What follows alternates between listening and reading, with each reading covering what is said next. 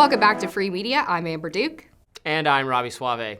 Well, another Democrat seems to be on board with DOGE. CNN's Jim Acosta asked Democratic Congressman Khanna on Musk and Ramaswamy's role in cutting government spending, and here's what he had to say.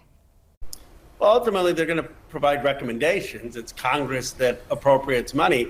Let me provide an area where there could be bipartisan collaboration. I mean, the defense budget, which is nearly $1 trillion, is dominated by five primes. There has been tremendous reporting about the waste, fraud, and abuse in that budget. The Pentagon hasn't passed an audit and has failed the last 6 or 7 audits. So if they go to say there needs to be more open competition, not the monopolization in defense contractors, and propose recommendations, that's something that I think could be supported. If they find areas of truly wasteful spending across the government, they would get support. But if they start to recommend cuts in Social Security or Medicare or Title I education funding, they'll face strong resistance. So it really just depends what they recommend. I love the chyron on that CNN package, by the way, because it says Elon Musk warns that he could cut $2 trillion of government spending. Meanwhile, I'm sitting here like licking my chops. Like, what do you mean warns? Exactly. I'm always heartened to hear a Democrat say that anything in the federal government could potentially be cut, even though he was, cordoning off a bunch of other things that they don't want to touch, entitlements, education, et cetera.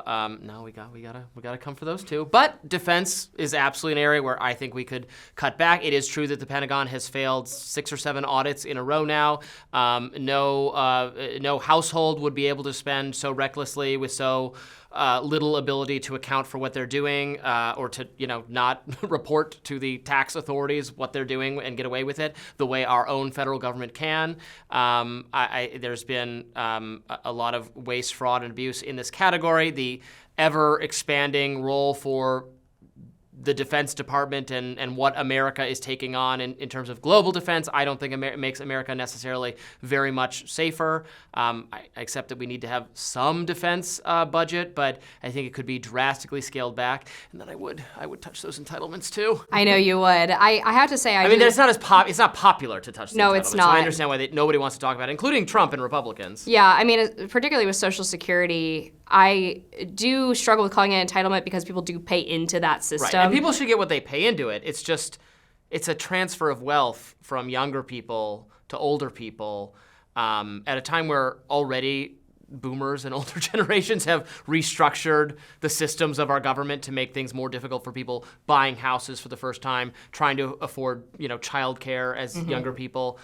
There's so much already that's entrenched that's to the advantage of older Americans, and then we're going to be paying for their health care more and more and more and more and more. That's more a Medicare thing than a Social Security thing. But I appreciate generally that Congressman Khanna is willing to say that, especially on CNN. I don't agree with him on a whole lot, but I do find him to be one of the more independent-minded congresspeople who's willing to admit when the other side is right, which is obviously very refreshing. And going back to this defense budget question, there have been a few major examples beyond the Pentagon failing its audits where it's like, what is going on, and why do we have to live this way? Why do we have to accept this? $90 for a roll of duct tape.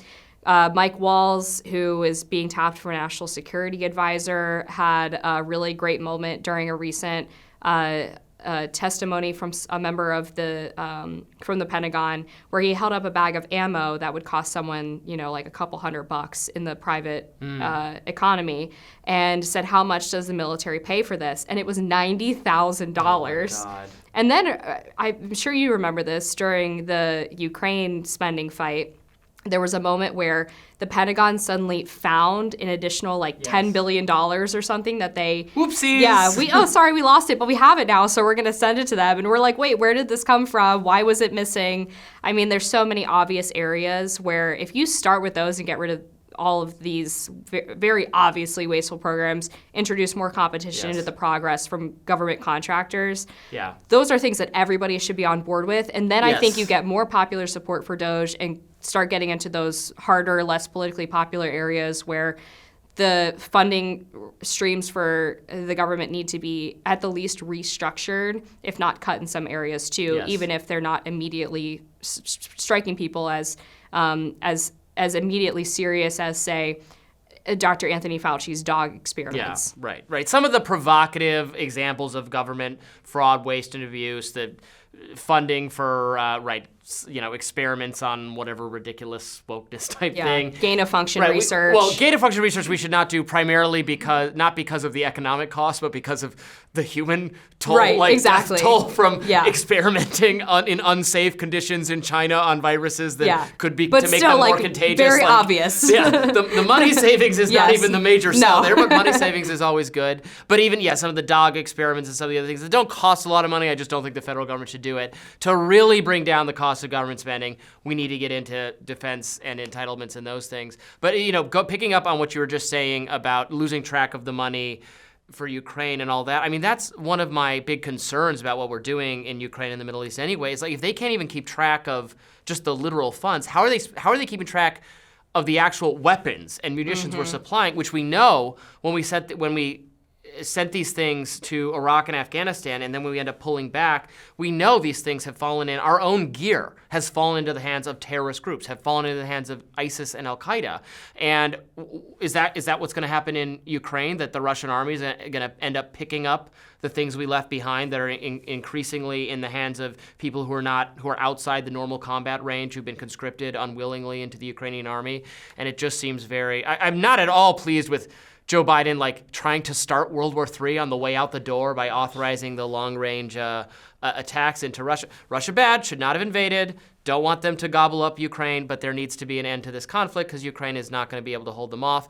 And this seems like a very irresponsible, to my mind, escalation at the very end. Absolutely. And then when you listen to the argument from the neoconservatives, it's, well, we weren't using that equipment anyway. It's outdated equipment. But we're also sending tons of ammunition. If you ask anybody in military leadership, our prospects of being able to defend ourselves, God forbid something were to happen, we don't have the ammunition required right now in order to fight a large-scale war. So we're sending all of this ammunition to Ukraine and leaving ourselves potentially high and dry. How are we going to be able to ramp up manufacturing in the U.S. of that type of equipment and ammunition when we're entirely dependent on these huge government contractors that are notoriously slow and expensive? So that's a huge area where I hope DOGE gets involved. Also on the healthcare question, because you brought up Medicare, I was floated this idea from someone recently that I found very attractive, which is the idea of having universal health savings accounts as opposed to just employer health insurance, plus you can have a private HSA, which is where the employer would actually give you a lump sum into this universal health savings account, and you could choose to opt into your your employer-run health insurance, or you could shop on the private exchange, or just save the money and choose not to have insurance and pay for things out of pocket, which would presumably bring down prices in the private exchange because you would have more competition on that market. It wouldn't just be people who don't have insurance through their employer and need the massive subsidies that come through Obamacare. So that's another area where I think we could probably stand to see some cuts. Yeah, I'd love to see more individual choice and control over those kinds of benefits that people get, because it's so opaque to most people right now, which then allows for disguising of the price and allows both the suppliers of medical services and medical equipment to just charge. Again, it's a little bit like the student loan problem where we're like, if the price is disguised and the government's kind of paying for it, but actually we're all paying for it just indirectly in a million different ways, they can jack up the price and you won't even know about it until it's too late. Yeah. More free media right after this.